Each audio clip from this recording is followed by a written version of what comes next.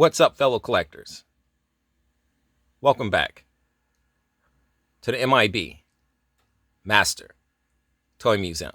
I'll be your curator today. Guys, more fun here at the museum on a Saturday morning, very early. And I wanted to do a video for you guys and talk a little bit more in depth about variations of certain figures, or variants, if you will, and what's the more common term in the collecting community. And we found at our local Target store location the other night the Facts of Life, the Joe Polniaczek Mego figure. And in the process of going through, I always go through all the cards. I'm always looking, especially if I find duplicates. I'm always looking for duplicates, but I want to check the card to see how the card condition is. If the tabs, the hang tabs are damaged anyway. And I found two perfect cards. Now, there's a little twist to both of these Joe Polniaczek Facts of Life Mego figures.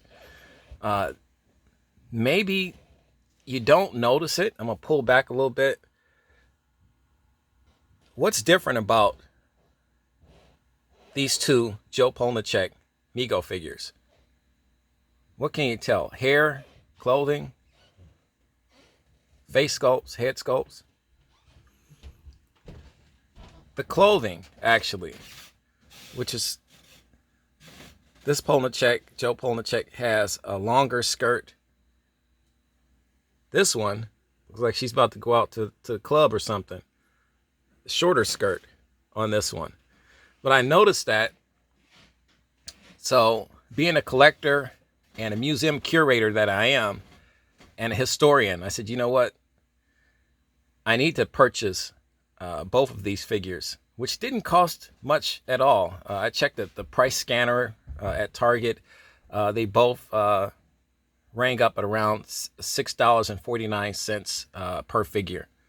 So didn't cost anything really to get these figures.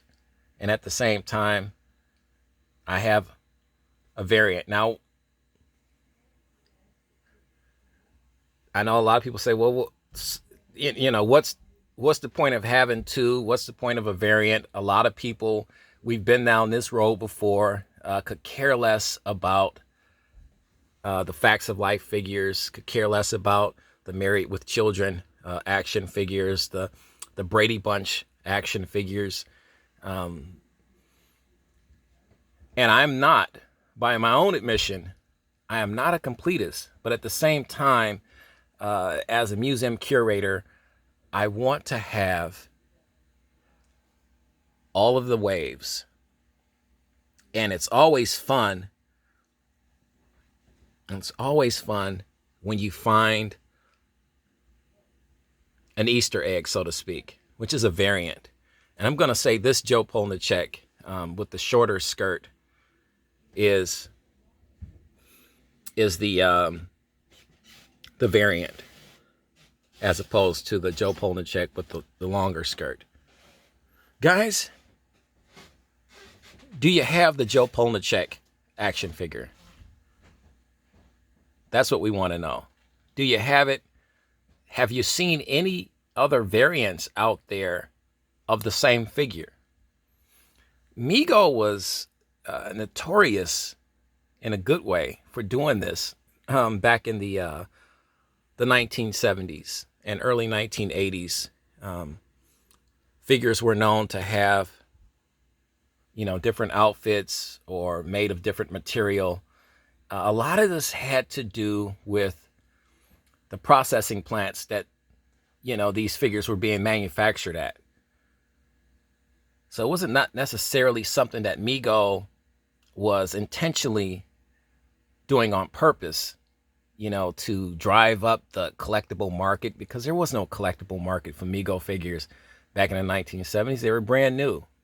So, you know, that wouldn't become a big deal until the 1990s, when Mego was well out of business at that point,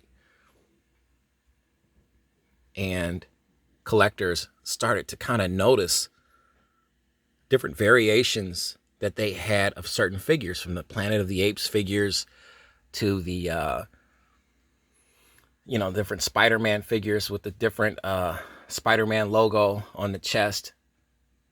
Guys, all of this is another reason why having Mego back today in the collecting community is so much fun. You find little things like this, and will some people care? Yes. Well, most people could care less, probably, but it's another fun aspect of collecting. And that's, as a collector, as a museum curator, that's what I'm looking for.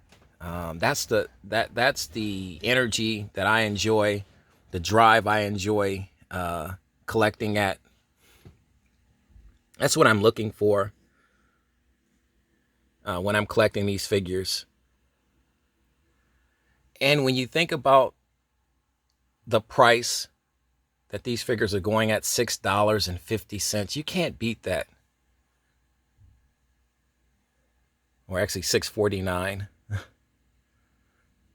You can't beat that. So it's just another fun aspect of collecting.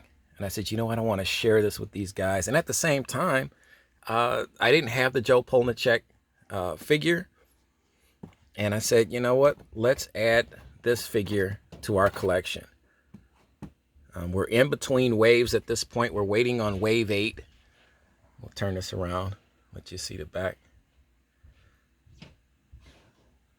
So in that process, why not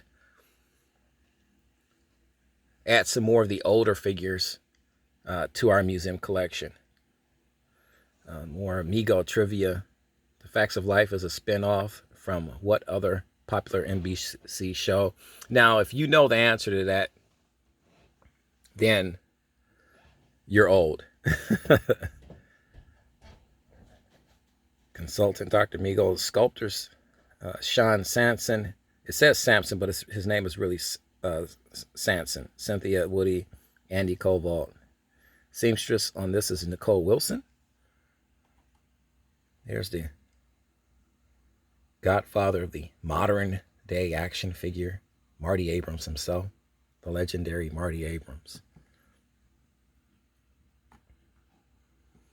And we can have a conversation one way or the other about the popularity of why on earth would Mego create these figures. Target forced Mego to create these figures, but you'll never see these figures again. I know some people say, thank goodness, but other people that feel the way I feel about it is that, you know what, this is a part of Mego's legacy. This is a part of Mego's history. And then to me, this does look like Joe Polniaczek, played by actress Nancy McKeon.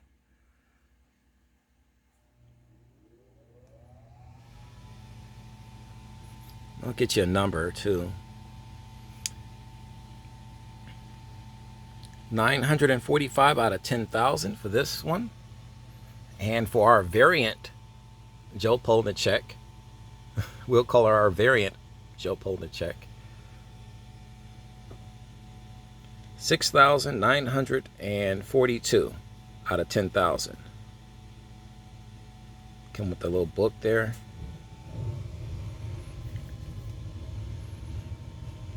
Guys, what do you think about our Joe Polniaczek Facts of Life variant figures? Leave your thoughts, your comments about this video right underneath in the comment section, right underneath this video. We would love to hear what you got to say about it. Do you own any of the Facts of Life Mego figures? Are you looking to complete all of your waves? How many figures are you missing from waves 1 through 7? We want to hear all of that, guys. It's we're just hanging out here. We're relaxing and talking about collecting.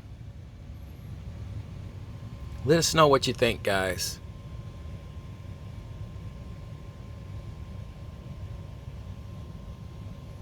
Collectors love the close-ups. Let's bring these guys in a little bit.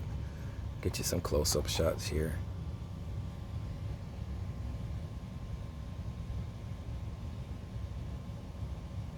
Now, Joe Polniaczek, in the movie, she did not have red hair.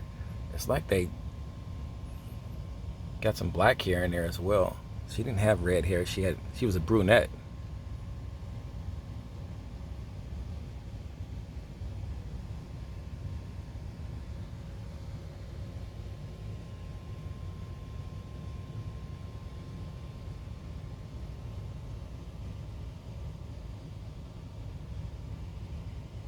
I think that's a great head sculpt, though. What do you guys think? I think it's a great head sculpt.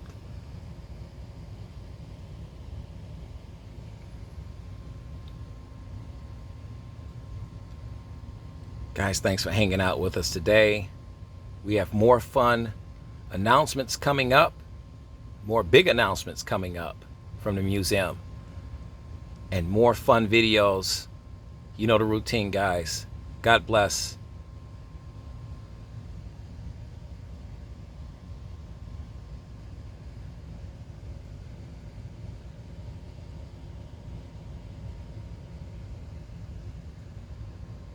And keep collecting.